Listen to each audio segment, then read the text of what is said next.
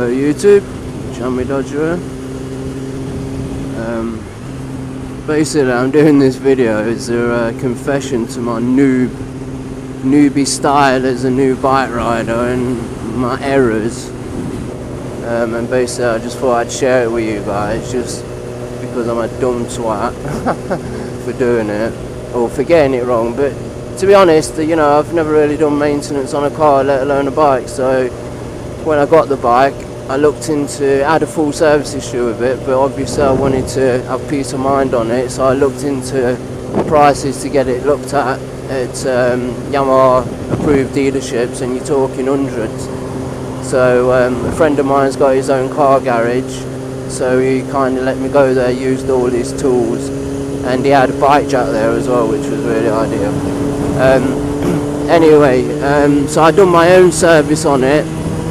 Changed spark plugs, the oil filter, air filter I changed, and a few other bits and bobs anyway.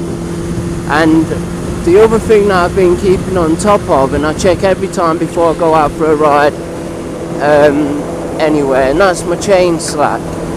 And I've got, when I had the bike, first got it, I brought the Ains manual to work out obviously what I'm doing if I wanted to ever do anything to it, changing pads or oil and filter and so on. And in that book, and the manual for that instance, it recommends between 35mm and 45mm of slack. Well, me being a total noob, I've been measuring that on a tape measure, that the slack from top to bottom should be between 35 and 45mm. So that's basically only giving it a 10mm slack.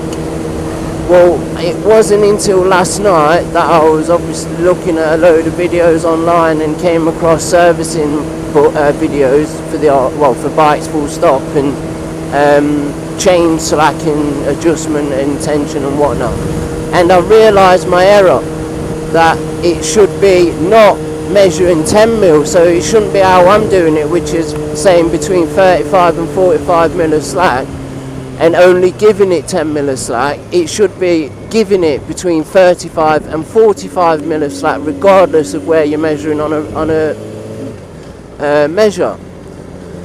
So obviously I've done, because the reason I kept looking into it was because I was literally having to alter my chain tension pretty much every week, and I thought, surely this ain't normal, you shouldn't have to be doing it this soon. And the lad who I got the bike off reassured me it was a new chain and sprocket, which it did look really new, but I know you can clean them up fairly good. Anyway, now I know what I'm doing. I've realised why the slack keep coming back is because I've had the tight on way too tight, and I'm really lucky that the thing hasn't actually snapped on me. It's been that tight. And obviously the reason you're having the slack there is because you need to have the allowance in the slack, in the chain movement, for the back shock absorber to be able to move up and down. Yeah, you want to race?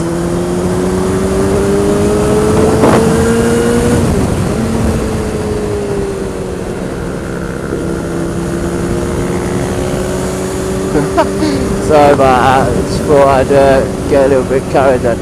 Yeah, obviously when you rear shock absorber, you've got to allow for that movement for up and down, and it depends on your weight, you know, of the rider, to how much movement the bike will have in the back.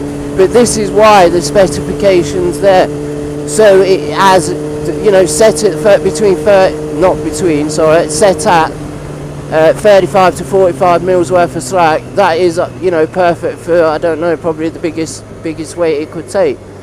So today I've altered my slack correctly, and to be honest, it does ride better with a tighter chain. I don't know why, maybe because everything's so more rigid and whatnot, but it, you know, there's a bit more vibration in my foot peg on the left, so I don't know if that's due to the chain or not. But yeah, it's you know, at the right tension now, so obviously there's no risk of it snapping. But what I have noticed is that I've done a lot of wear on the sprocket teeth at the back, and the chain obviously no doubt it's going to have had some punishment done to it, because with it being, you know, only having 10 mils worth of slack, I've done probably about 4 or 5,000 miles on the bike. So that's obviously shortened the life of the chain. So I've altered the chain now to the right slack, and I'm just going to basically see how it goes over the next week, monitoring it daily, and obviously if it keeps recurring without it, the axle obviously moving and the notches still being, the indicators being the same on both sides, then I know the chain's going to have spent its life basically. But I don't, another tip as well, I don't always go on the notches on the side. I measure from a pivot point on the frame of the bike to the centre of the bolt on both sides to make sure that that's right on both sides, and that way I know that the wheel alignment's spot on.